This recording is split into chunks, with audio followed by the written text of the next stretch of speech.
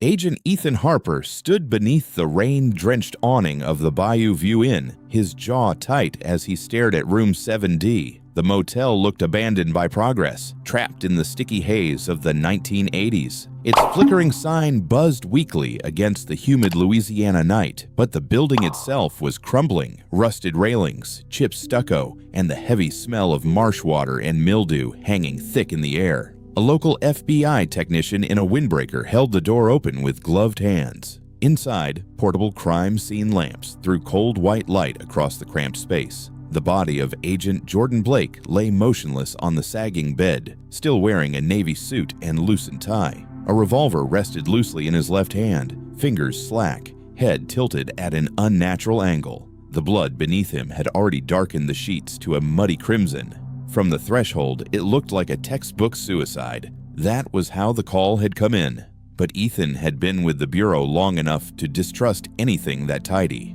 He stepped inside, boots quiet on the threadbare carpet, eyes sweeping every corner. The bedside lamp was toppled. The thin curtain had been yanked halfway off its rod and tangled beneath the frame. A faint smear of blood trailed along the wall near the bathroom. The direction of the streak didn't match the body's position at all. Ethan crouched beside the bed, tracing the dried pattern with his gaze. Too far from the wound for self-infliction. Bag both hands for residue, he ordered the technician without looking up. The man nodded and reached for his kit. You think this isn't suicide? Ethan stayed silent a moment longer, rising slowly. Dominant hand is clean. Weapon placement doesn't line up with the entry angle, he murmured. Nothing adds up. He moved to the door, examining the lock.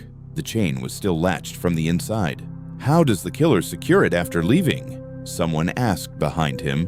Ethan didn't answer. Instead, he lifted the overturned lamp, studying the base. Or maybe Jordan knew his visitor. Maybe he opened the door himself, thinking he was safe. Back at the New Orleans field office, the break room felt unnaturally still. Ethan sat at a corner table, Jordan's thick case folder spread before him. The weight of the investigation pressed against his chest like the humid air outside. The files detailed a sprawling network of port corruption, shipping manifests altered for smuggling, offshore accounts funneled through Gulf freighters, and layers of corporate shells hiding everything from stolen cargo to laundered cash. Yet something beneath the surface felt wrong, like a second deeper current running beneath the obvious tide.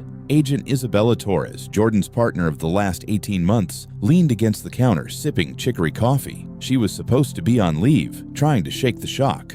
"You're really picking up where Jordan left off?" she asked, one brow arched. Ethan kept his eyes on the pages, fingers tracing underlined passages. "I have to. This one's personal now." Isabella studied him for a long moment, then exhaled. Jordan wasn't careless. Whatever he was chasing, it cost him everything. "Be careful, Ethan. Whatever this is, it's bigger than one dead agent." Ethan closed the folder and finally met her gaze. "I know what I'm doing. I'll get the answers." Isabella paused, then gave a reluctant nod. "All right, just remember, whatever you find, it's larger than you think." Ethan leaned back, staring at the stack of documents, his thoughts snagged on a name that appeared again and again, circled in Jordan's sharp handwriting, Damian Rook. The sight hit him like cold swamp water. He had seen that name before years ago, but only now did the pieces slam together. Damian Rook.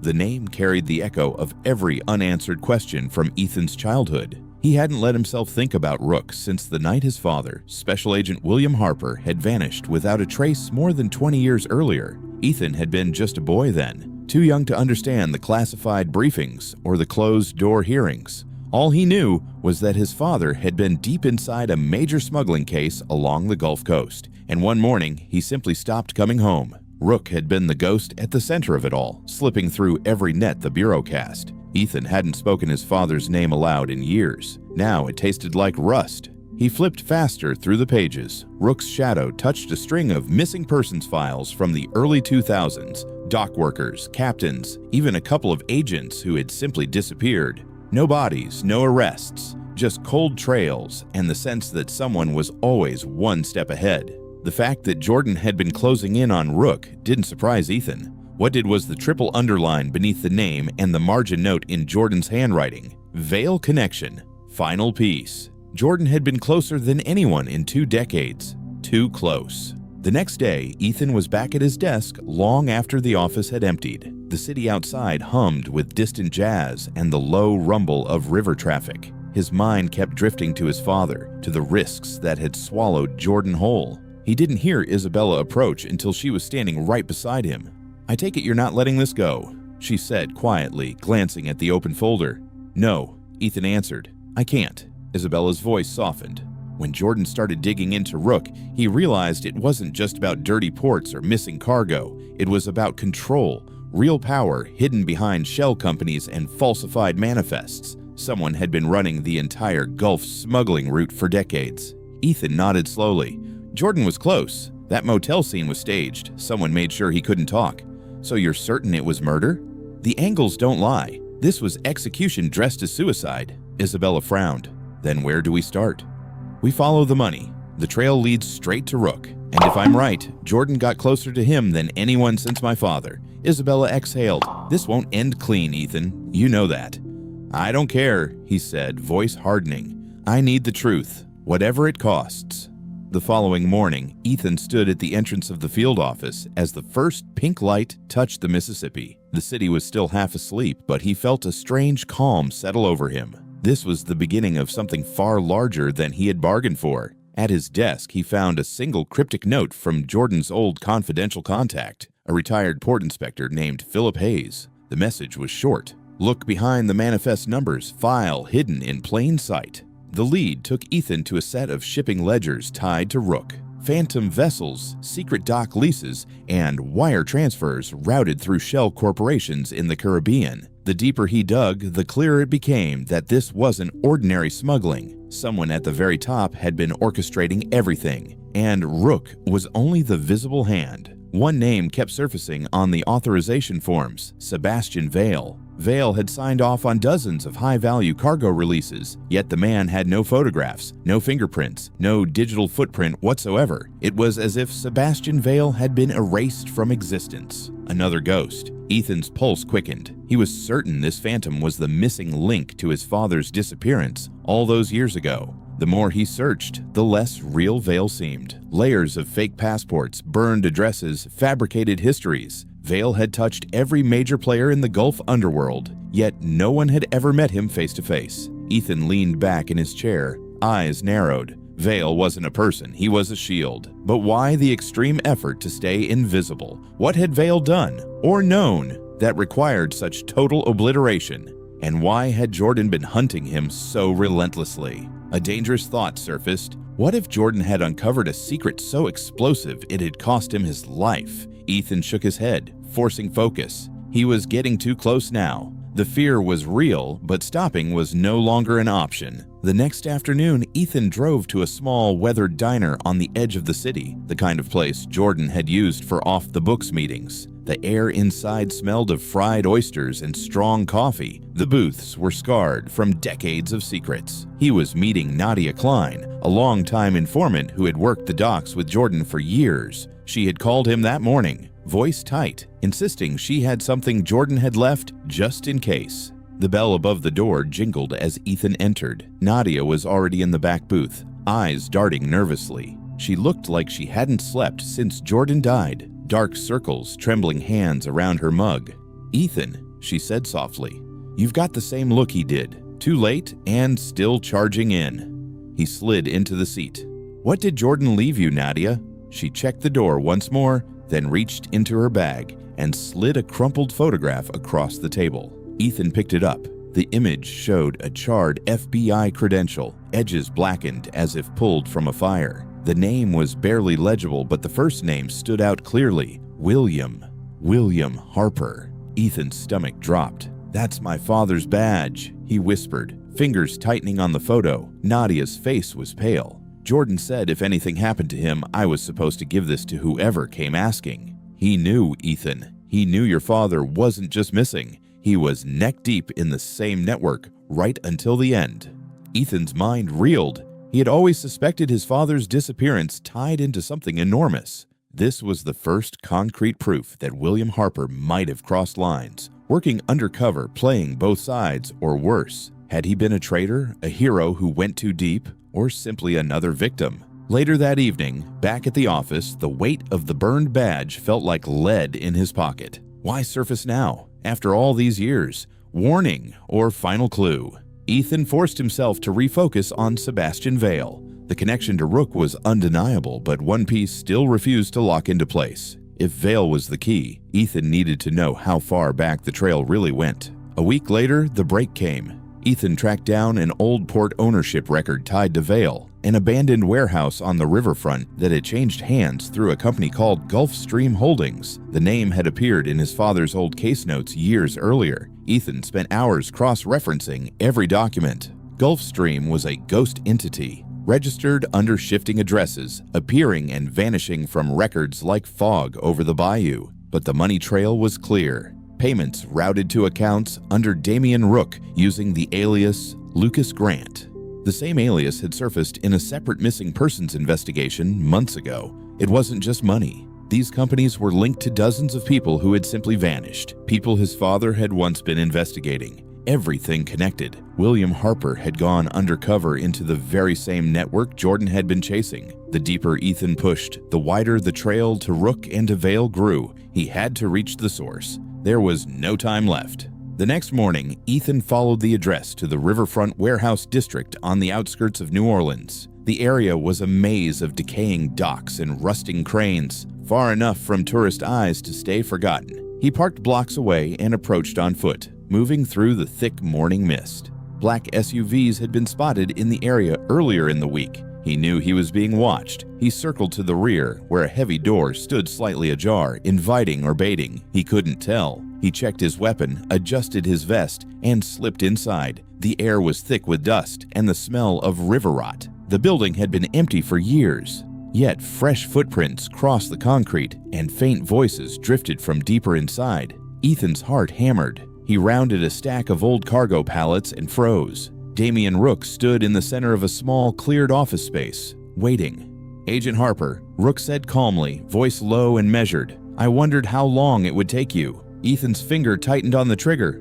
"What happened to my father, Rook? What do you know about William Harper?" Rook's lips curved, but the smile never reached his eyes. "You should have stayed out of this, Harper. Your father wasn't the hero you remember. He knew the rules and he played them better than most, but he wasn't the only one working both sides of the line." Ethan took a step forward.